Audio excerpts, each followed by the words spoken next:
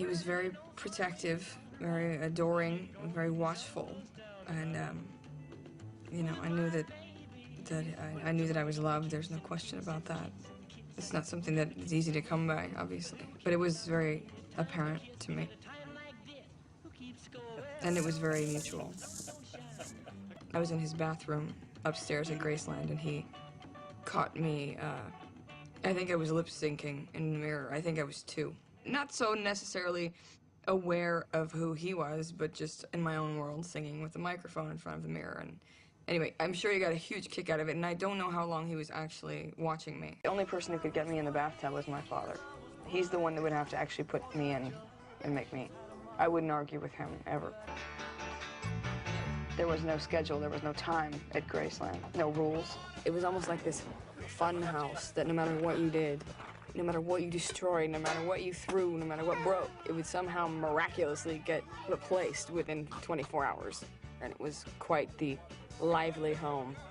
The basement was always a room, for whatever reason, for mayhem. And I would transform when I would go down the stairs, and I don't know why, just throwing things down there and, you know, getting into trouble. And he would do similar things down there. He'd get, like, you know, mischievous, as always.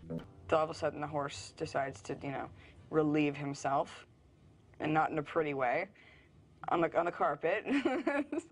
You know, I didn't have any clue what was really happening. I just thought, he's not happy, my God, what's going on? And he was, you know, I remember seeing his stomach and worried to death over that.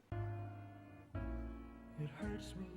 There were several times where I would just feel worried and go check on him, and I'd find him in these bad states out of nowhere. He would just start falling, and I'd have to go run and catch him, and he was about 6'2" and quite heavy, and I'm holding him up. It was just starting to become too common. He was not happy.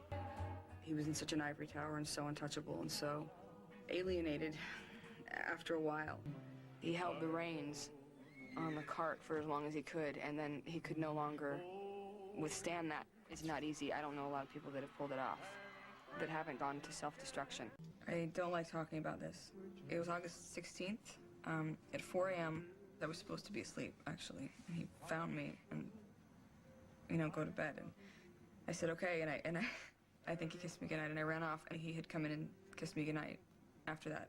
That was the last time I saw him alive.